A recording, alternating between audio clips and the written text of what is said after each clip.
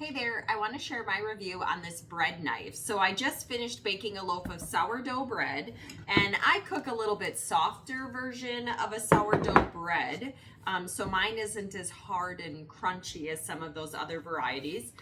So I'm really excited to check out this knife. For starters, it's huge. Like, look at the size of my cutting board in comparison to this box. So I think I'll be keeping the box to store this knife in.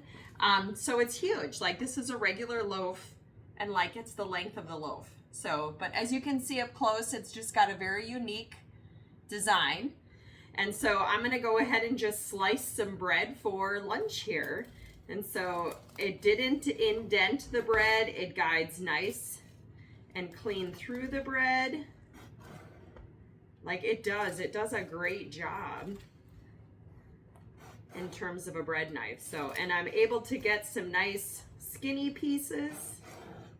Although I have a feeling I could honestly just eat all of these pieces. For all those sourdough lovers out there, you know what I mean. So anyway, the bread knife itself works great. It's got a good size handle on it.